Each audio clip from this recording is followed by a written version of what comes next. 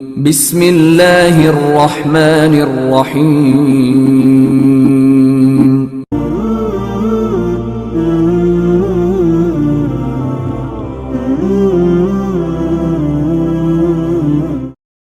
السلام علیکم ورحمۃ اللہ وبرکاتہ۔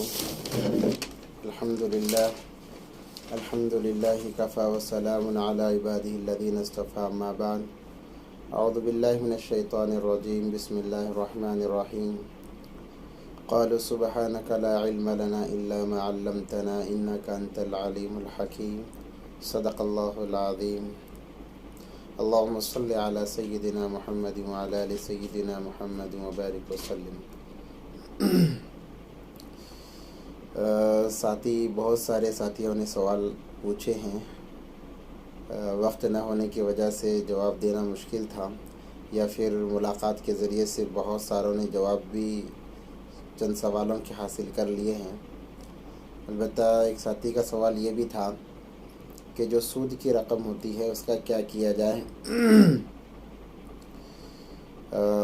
اس کا مصرف کیا ہے۔ تو میں آپ کو بتا دوں، احادیث مبارکہ کے اندر سود جو کہ حرام ہے، اس کی رقم خود استعمال نہ کریں،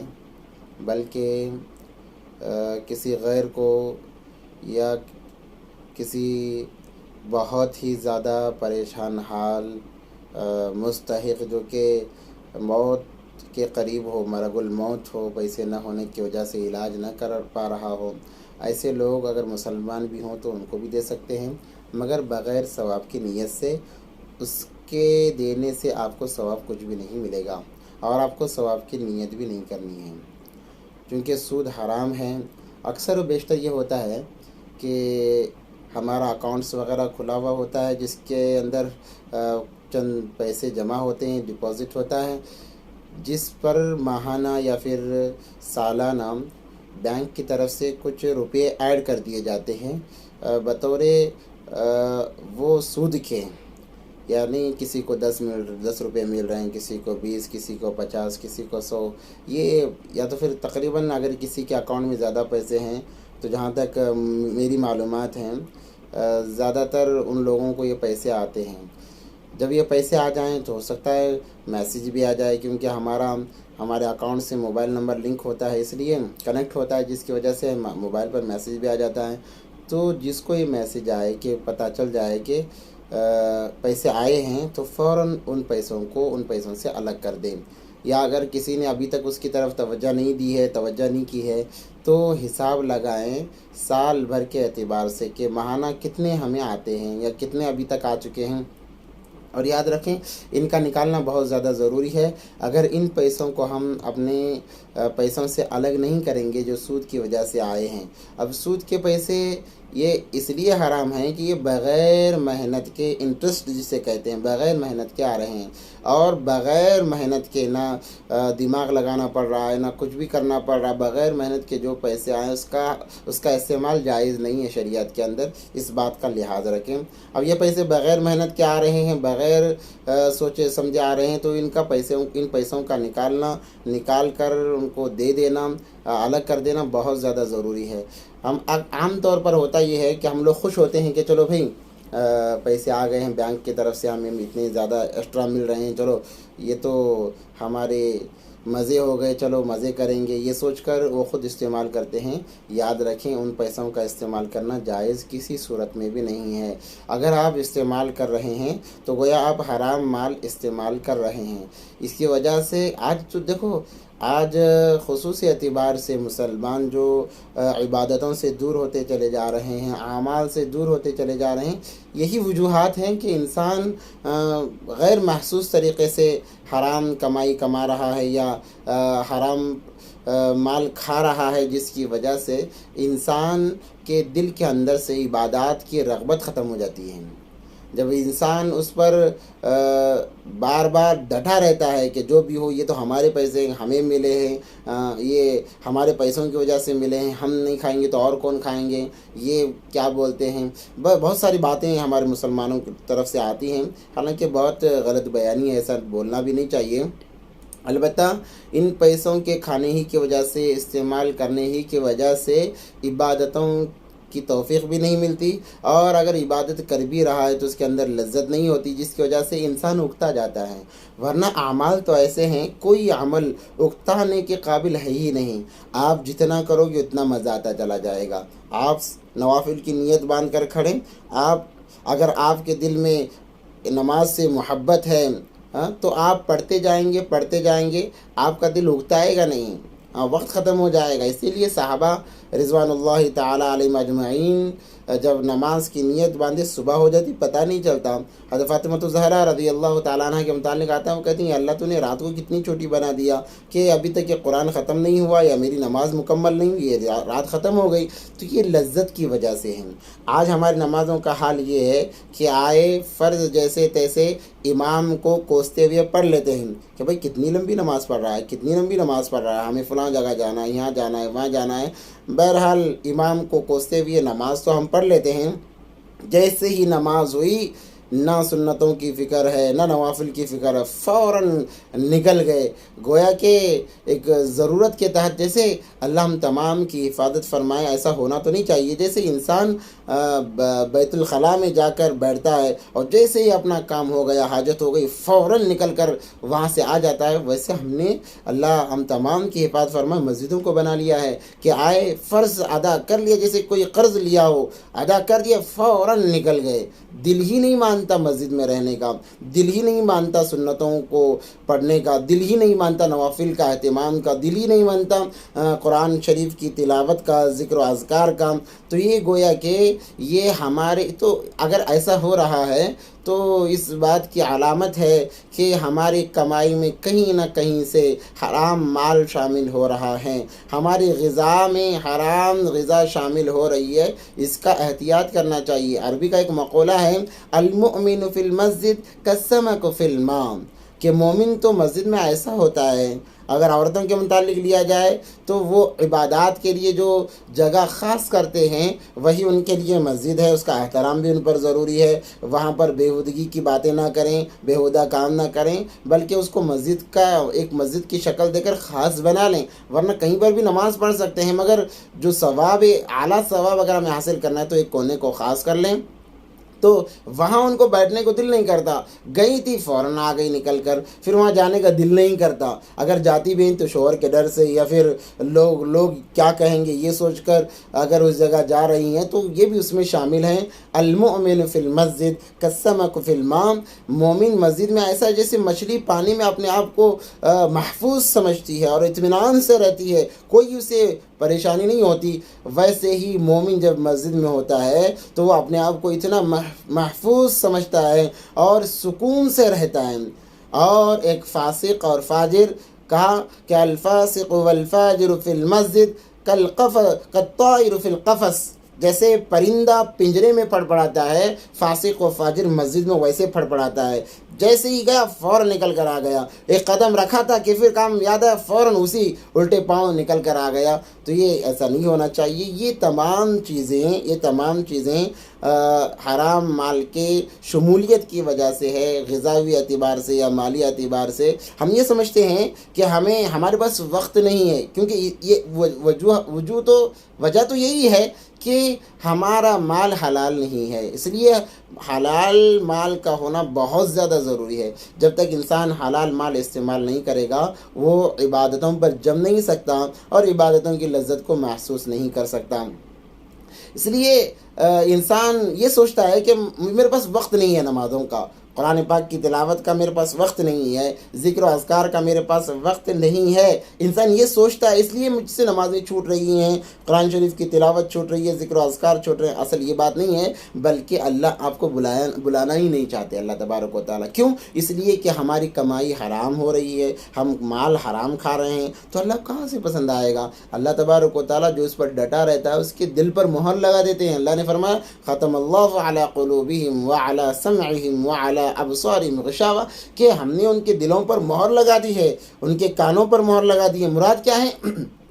کہ ان کا دل صحیح باتوں کو تسلیم نہیں کرے گا، وہ کانوں سے دین کی باتیں سنیں گے مگر اثر نہیں، آنکھوں سے دیکھیں گے بہت سارے مناظر، بہت ساری چیزیں دیکھیں گے مگر دل پر کوئی اثر نہیں پڑے گا۔ یہ اسی وجہ سے کہ ہمارے مال کے اندر حرام مال شامل ہو رہا ہے، ہمارے پیٹ میں حرام لقمہ، حلال کے ساتھ چند حرام کے دانے بھی ہمارے پیٹ میں داخل ہو رہے ہیں، یہ اسی وجہ سے ہوتا ہے۔ اس لیے یہ جو سود کی رقم خصوصی اعتبار سے بینک کے اندر جو رقم جمع ہوتی ہے اس کے اندر ہم بہت ہی زیادہ بے احتیاطی برتتے ہیں، بہت ہی زیادہ بے احتیاطی برتتے ہیں۔ اس لیے اس کو ٹٹولیں، اس کی جانچ کریں کہ کتنی رقم ہوگی، سال بھر میں ہمارے پاس کتنی رقم جمع ہو جائے گی۔ اگر پتہ چلا آج آئے تو آج ہی نکال دیں، کوئی معاملہ نہیں ہے۔ اگر اتنی نہیں ہے کہ نکالا جا سکے، کیونکہ منیمم 500 روپیہ کچھ وہ نکالنے کے لیے ہونے چاہیے، اگر اتنا نہیں ہے تو پھر ہم جب نکالیں تو مکمل ایک مشت نکالیں اور نکال کر اس کو بغیر ثواب کے نیت سے دے دیں۔ ہمارے پیسوں میں زیادتی ہو رہی ہے یہ سوچ کر اپنے اکاؤنٹ میں باقی نہ رکھیں، ورنہ وہ تو ضائع ہو جائیں گے، اب ہمارے حلال مال کو بھی وہ ضائع، وہ برباد کر دیں گے۔ یہ بہت بڑی فکر کی بات ہے۔ تو بھائی نے یہی سوال پوچھا تھا، تو اس کا یہی حکم ہے کہ اس کو نکال دیں، نکال کر بغیر ثواب کی نیت سے غریبوں میں تقسیم کر دیں، یا کسی کو دے دیں، یا غیروں کو بھی دے سکتے ہیں۔ اور دوسرا سوال یہ تھا کہ والد کے انتقال کے بعد جو ان کی فوت شدہ نمازیں ہیں اس کا کیا حکم ہے، اس کا کیا کیا جائے؟ دیکھو، نماز ایک ایسی چیز ہے کہ وہ ہر بالغ مرد اور عورت پر فرض ہیں، تو فرض نمازیں جہاں تک چھوٹی ہیں تو ان نمازوں کا تعلق اسی کے ساتھ خاص ہوتا ہے۔ اگر آپ فرض نماز کو اپنے والد یا والدہ یا کسی مرحوم کی طرف سے ادا کرنا چاہیں تو نماز ادا نہیں کر سکتے، البتہ حج بدل ہو سکتا ہے، حج ادا کر سکتے ہیں، زکوٰۃ بھی دے سکتے ہیں کہ ہمارے والد یا والدہ کا انتقال ہو گیا، ان کے ذمہ زکوٰۃ فرض تھی، انہوں نے نہیں نکالی ہے، جو ان کا مال بچا ہوا ہے، اگر انہوں نے وصیت کی ہے تو وہ تو فوری نکالنا ہے، اگر وصیت نہ بھی کی ہے تب بھی یہ ہم بچوں کا حق بنتا ہے کہ وہ دیکھ کر اس کی زکوٰۃ نکال کر ادا کر دیں، وہ ان کو ثواب ملے گا، کیونکہ مال تو انہی کا ہے۔ اور مرنے کے بعد میں دو چیزوں سے زیادہ نفع پہنچانا چاہیے، یا تو مال کے ذریعے سے، یا تو پھر ہم اعمال کر کے، اعمال خیر کے ذریعے سے احسان کر کے ان کو نفع پہنچانا چاہیے۔ اس لیے کیا کریں کہ ان کی جو زکوٰۃ جتنی بنتی ہے اس کی نکال کر اس کو تقسیم کر دیں۔ اور جہاں تک نمازوں کا سوال ہے، نمازوں کے متعلق یہ ہے کہ نماز کا فدیہ دیں۔ آج یہ چیزیں بہت زیادہ کم ہوتی جا رہی ہیں، بلکہ ہمارے لوگ اسے بھولتے چلے جا رہے ہیں کہ بھائی انسان جب مر گیا تو مر گیا، چلو ایک بلا تھی یا پھر ایک معاملہ تھا وہ ختم ہو گیا، اب ان کو کون یاد کرنا ہے، اپنی بہت سارے پریشانیاں ہیں، حالات ہیں۔ دیکھو، والدین بہت بڑا ان کا مقام ہے، انہی کی وجہ سے ہمارا وجود ہے، تو اس بات کا ہر ایک کو لحاظ رکھنا چاہیے کہ اگر ہمارے والدین میں کوئی وفات کر جائے یا دونوں وفات کر جائیں تو ہم سب سے پہلے، اگر ان کے ذمہ کوئی قرض نہیں، کچھ بھی نہیں ہے، یا پھر انہوں نے کچھ مال بھی نہیں چھوڑا ہے، تب بھی یہ اولاد پر واجب ہے، ضروری ہے کہ وہ دیکھیں کہ ان کے ذمہ کس کے قرض تھے، سب سے پہلے قرض کی ادائیگی اپنے ذاتی پیسوں سے کریں۔ کیوں؟ اس لیے کہ اگر مال چھوڑا ہوتا تو ہم میراث کے اعتبار سے ان کا مال کے ہم مالک بن جاتے، تو جب مال ہونے کی صورت میں مالک بن سکتے ہیں تو نہیں ہونے کی صورت میں اپنا ذاتی مال خرچ کر کے ان کے قرض کی ادائیگی کریں، اور ان کے نمازوں کا حساب لگا کر فدیہ دیں۔ صدقۃ الفطر کی جو مقدار ہوتی ہے، سوا سے گیہوں یا جو بھی اس کی ایک رقم کے اعتبار سے ہوتی ہے، آج کل صدقۃ الفطر تقریباً 65 روپے یا 70 یا 80 روپے 100 کے اندر ہوتا ہے، تو اگر اللہ نے مجھے دیا ہے، ہمیں دیا ہے، تو ہم ایک مقدار طے کریں کہ ایک نماز کا فدیہ، ایک فرض نماز کا فدیہ اتنا ہے۔ دن میں کتنے فرض نمازیں ہیں؟ دن میں 5 فرض نمازیں ہیں، تو 5 اگر 100 روپے لگا رہے ہیں تو دن کے 500 روپے، اس اعتبار سے انہوں نے کتنی نمازیں چھوڑی ہیں۔ دیکھو، مال ادھر ادھر ضائع کرنے سے بہتر ہے، کیونکہ مال اگر آپ اس کو صحیح جگہ میں نہیں لگاؤ گے تو وہ غلط جگہ میں، یعنی جو اللہ کو ناراض کرنے والی جگہ میں، رسول اللہ صلی اللہ علیہ وسلم کی سنتوں کے خلاف وہ استعمال ضرور ہوگا، کیونکہ وہ مال ہے، وہ تو خرچ تو ہو کر رہے گا۔ یا اگر اس کو آپ صحیح استعمال کرو گے تو صحیح جگہ استعمال ہوگا، اور اگر صحیح جگہ استعمال نہیں کرو گے تو غلط جگہ خود بخود استعمال ہو جائے گا، استعمال کرنے کی ضرورت بھی نہیں ہوگی۔ اس لیے تو اپنے والدین کی جو فوت شدہ نمازیں ہیں، قضا نمازیں ہیں، تو ان کا ہم حساب لگائیں۔ ایک ہی مشت نہ دیں، اگر اللہ نے طاقت دی ہے تو ایک ہی مشت دے دیں، ایک مشت دے دیں، کوئی بات نہیں ہے، کوئی بات نہیں ہے۔ اگر اللہ نے ہمارے پاس اتنی طاقت نہیں ہے کہ ہم ایک مشت دیں، تو ہم سال بھر میں متعین کریں کہ 6 مہینے کی ہم اب دیں گے، اس کے بعد میں اگلے سال 6 مہینے کی دیں گے، یا پھر 2 مہینے کی دیں گے۔ اب نیت یہ کریں کہ جب تک میری زندگی باقی ہے، اللہ نے جب تک مالدار بنائے رکھا ہے، میں اپنے والدین کی فوت شدہ نمازوں کا فدیہ دوں گا۔ یہ غریبوں میں تقسیم کر سکتے ہیں، مدارس میں دے سکتے ہیں، یہ بہترین مصرف ہیں اس مال کے استعمال کے۔ اس لیے اس بات کا خیال رکھیں، والدین کی فوت شدہ نمازوں کا فدیہ بھی دینا یہ اپنے اوپر ضروری سمجھیں، کیونکہ انسان جب عالم برزخ میں چلا جاتا ہے، وہ یہ ایک سبحان اللہ کہنے کا محتاج ہوتا ہے، وہ ایک سبحان اللہ کے لیے ترس جاتا ہے، مگر اسے موقع نہیں ملتا۔ کتابوں میں معتبر علماء کی کتابوں کے اندر یہ واقعہ نظر سے گزرا ہے کہ لکھا کہ ایک اللہ والے قبرستان کے قریب سے جا رہے تھے، دیکھا کہ قبر میں کوئی قرآن کی آواز آ رہی، قبر سے قرآن پڑھنے کی آواز آ رہی ہے، تو اللہ والے قریب جا کر دیکھا تو وہاں پر ایک اللہ والے جن کا انتقال سالوں پہلے ہوا تھا، وہ بیٹھ کر قرآن پاک پڑھ رہے ہیں۔ تو ان کو رشک ہوا کہ ماشاءاللہ آپ تو مرنے کے بعد بھی، اور یہ کوئی بعید نہیں ہے، ہم یہ نہ سوچیں کہ یہ بس ایسا کیسے ہو سکتا ہے، اللہ کے لیے کوئی بعید نہیں ہے۔ اللہ اگر کسی چیز کی وضاحت کرنا چاہیں، بتانا چاہیں، تو اللہ کے لیے کوئی چیز مشکل نہیں ہے۔ تو انہوں نے کہا کہ آپ ماشاءاللہ آپ تو مرنے کے بعد بھی قرآن پڑھ رہے ہیں، آپ تو بہت خوش نصیب ہیں۔ تو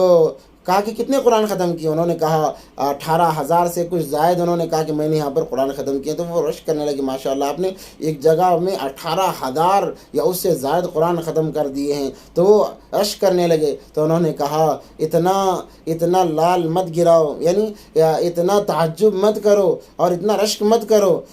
میں نے جو یہاں پر قرآن پاک کی تلاوت کی ہے، آپ ایک کام کرو، یہ تمام قرآن شریف کا ثواب آپ لے لو، آپ نے جو ایک سبحان اللہ کہا ہے اس کا ایک سبحان اللہ کا ثواب میرے حوالے کر دو، مجھے پہنچا دو۔ تو بتانا یہ مقصود ہے کہ وہاں پر اگر عبادت ایک تو نہیں ہے، اگر کوئی کر بھی رہا ہے عبادت، اگر کوئی کر بھی رہا ہے تو اس کا کوئی ثواب وہاں پر ملنے والا نہیں ہے۔ اس لیے جب تک زندگی باقی ہے اس کو ہم غنیمت سمجھ کر ان کے لیے ایصال ثواب کرتے رہیں۔ اللہ سے دعا ہے کہ اللہ تبارک و تعالیٰ ہم تمام کو ان باتوں پر عمل کی توفیق عطا فرمائے۔ اور بھی سوالات تھے، مگر چونکہ دھیرے دھیرے انشاءاللہ اس کو ہم شروع کریں گے۔ آخر دعوانا الحمدللہ رب العالمین۔